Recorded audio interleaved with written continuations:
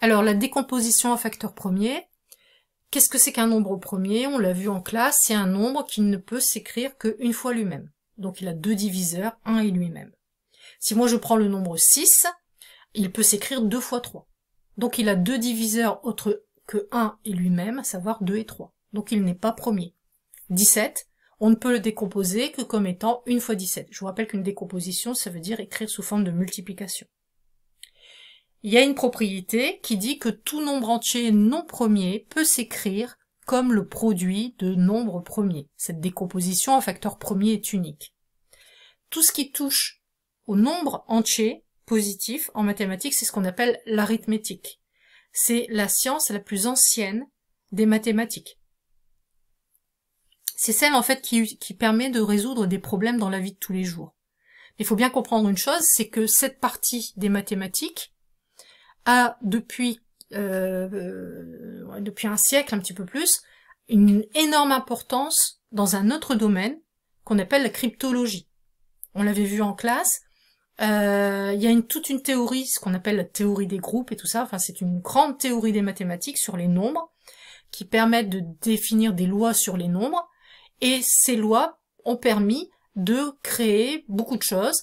En particulier l'informatique, mais aussi, je sais pas moi, les codes secrets, ça a permis de vos numéros, je sais pas moi, vos mots de passe, etc., etc., les numéros de carte bancaire de vos parents, tout ça c'est ce qu'on appelle de la cryptologie, et c'est lié à l'arithmétique.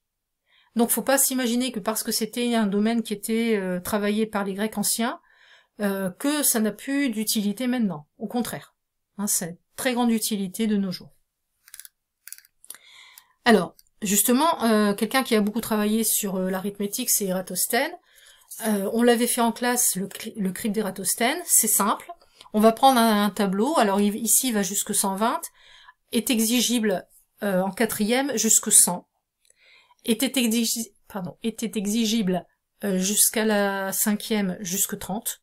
Donc vous êtes censé savoir, apprendre, les nombres premiers jusque 100. C'est exigible pour le brevet. C'est au programme, c'est exigible. Alors vous n'allez pas vous amuser à refaire le crible le jour du brevet, donc il faut les apprendre par cœur. Il n'y a pas 36 000 façons de faire les choses. Il y a des fois où il faut apprendre par cœur. En maths comme dans n'importe quelle matière. Alors, le fonctionnement est simple. Alors 1, je vous avais expliqué, c'est un petit peu particulier puisque c'est un carré parfait. Donc c'est délicat de dire qu'il est premier ou pas premier. Enfin, 1, on le laisse de côté. On va prendre 2, on peut l'écrire qu'une fois lui-même, et on va barrer tout en bleu, on va barrer, là ils ont barré tous les multiples de 2. 3 n'est pas barré, donc il est premier. Et on va barrer en vert tous les multiples de 3. 5 n'est pas barré, donc il est premier. Et on va barrer en rouge tous les multiples de 5.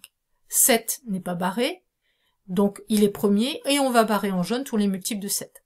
Et ainsi de suite, jusqu'à ce qu'on arrive jusque 100. Alors Ératosthène, on l'a vu, je vous en avais parlé déjà, c'était un astronome, c'était un mathématicien, c'était aussi un philosophe. À l'époque, les mathématiciens n'étaient pas que des mathématiciens. Hein. En fait, les gens étaient polyvalents, c'est-à-dire qu'ils s'intéressaient à toutes les sciences en règle générale.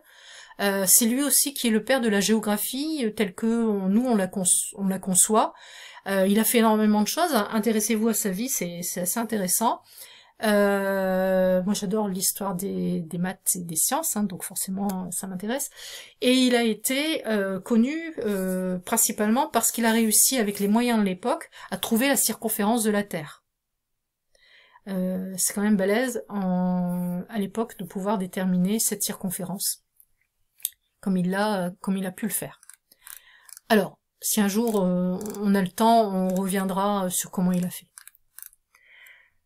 Alors, on va se poser une première question, on va se poser la question de savoir si 127 est un nombre premier. Donc, on avait vu en classe qu'on n'allait pas s'amuser à faire tous les nombres jusque 127.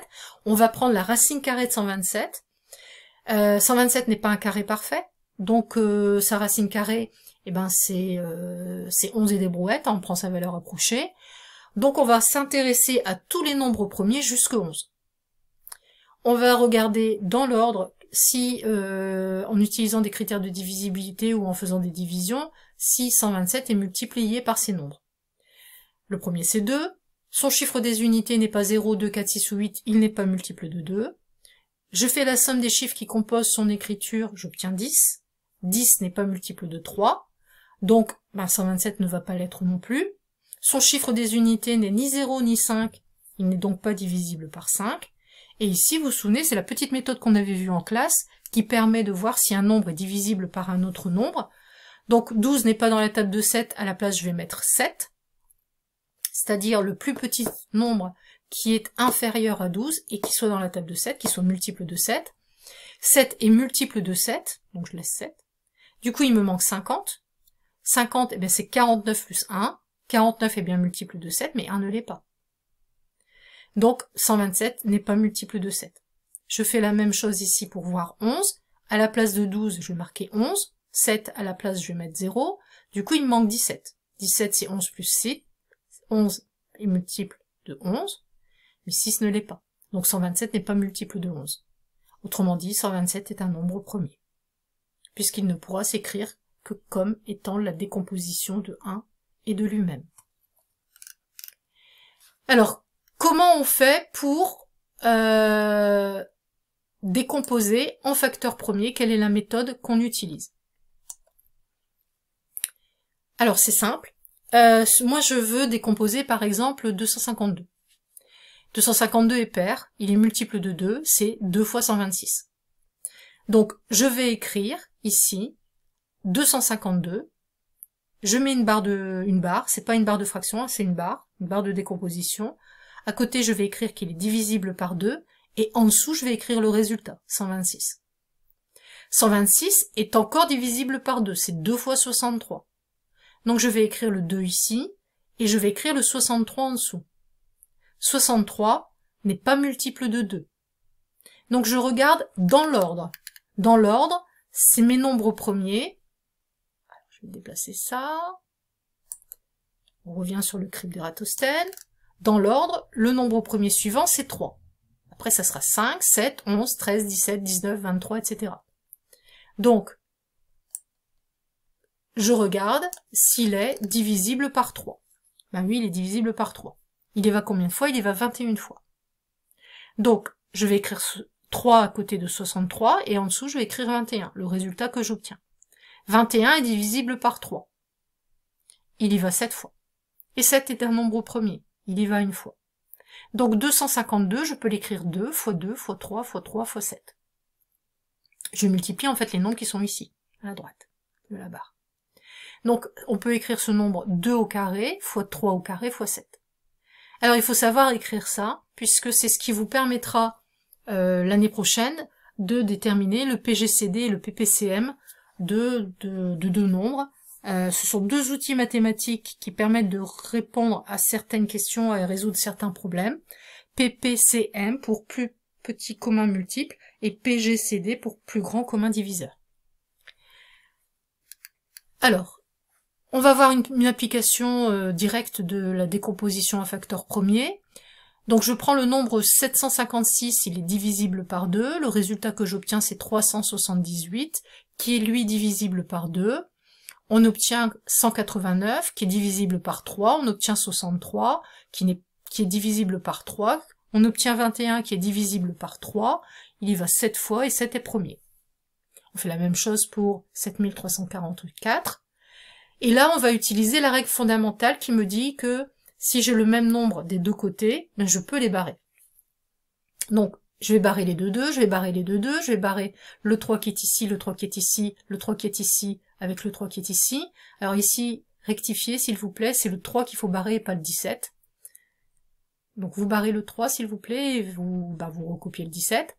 Donc, si je regarde maintenant ce qui me reste, il me reste à 756, 7. Donc au dénominateur, je vais écrire 7.